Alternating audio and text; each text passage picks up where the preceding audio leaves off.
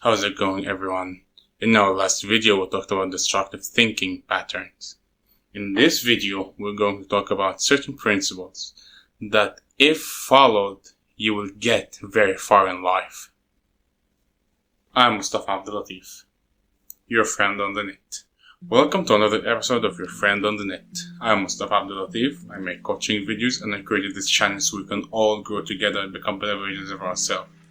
Hit the like and the subscribe, and let's get into today's topic. The first principle I'm going to talk about is responsibility towards feeling. You should know that you're the one who is responsible for your own feeling. So whether you feel sad, whether you feel depressed, whether you feel angry, it's your responsibility to deal with these emotions. I mean, it's certainly good if you have someone to back you up, but that's not always the case. So you shouldn't rely on it, and you should mainly rely on yourself. The second principle I'm going to talk about is being flexible. There's a clip from Bruce Lee that I will play right now. This is what it is, okay? I said empty your mind.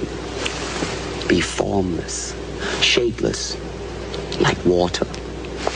Now you put water into a cup, it becomes the cup. You put water into a bottle, it becomes the bottle. You put it in a teapot, it becomes the teapot. Now water can flow or it can crash. Be water, my friend. You see, in that clip, I believe that Bruce Lee nailed it. You see, it's not smart to approach life in a rigid manner. You should analyze your surroundings, see the best move possible, and act accordingly. The third principle I'm going to talk about is strongly connected to the previous principle, which is to know that life isn't fair. It was never fair before, it's not fair now, and it will never be fair in the future. And to expect fairness from life is actually stupid. I'm sorry to say that, but that's just a fact.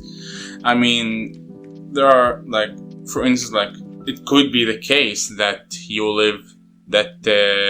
you see people who do in months what you basically bend over backwards to do in years.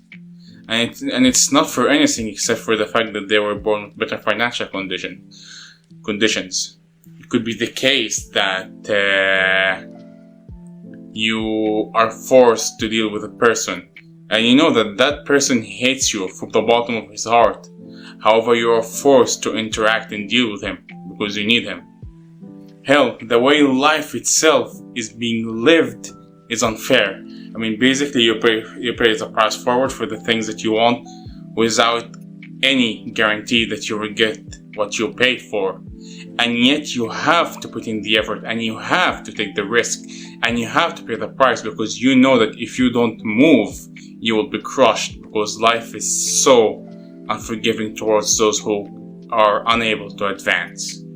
The fourth principle I'm going to talk about is other people's approval. You should know that other people's approval is not essential. I mean, I know we all tend to prefer to stay in harmony. I mean, no one would go chase conflict. We all prefer harmony, and we all tend to avoid conflict to a certain degree, of course, and we put in the efforts to do that. However, that's not always helpful, because at a certain time, you will have to take a certain action, and you will have to get into conflicts to get what you want. And believe me, it's certainly not a good idea to give up what you want for others. This is a sacrifice that will never be repaid. The fifth principle I'm going to talk about is love and its place in your life. Now, I'm not going to debate the importance of love, because it's certainly very important. I mean, to have this feeling that you're sharing your your life with someone else, that's very important for us as humans. Like, we were not born to live alone. And complete deprivation of love is certainly fatal to your mental health. So I'm not here to debate that.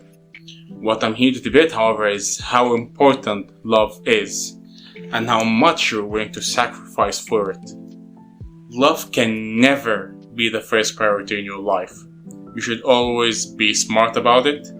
You should always be careful with how much you invest in the relationship and how much you're sacrificing. I mean, if you ask a normal person, you would actually realize that most of his love relationships actually failed.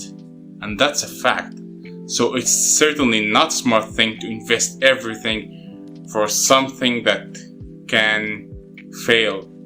That's actually more likely to fail than succeed. So our talk for today's video is done. But we're not done with this topic. Stay tuned for the other videos.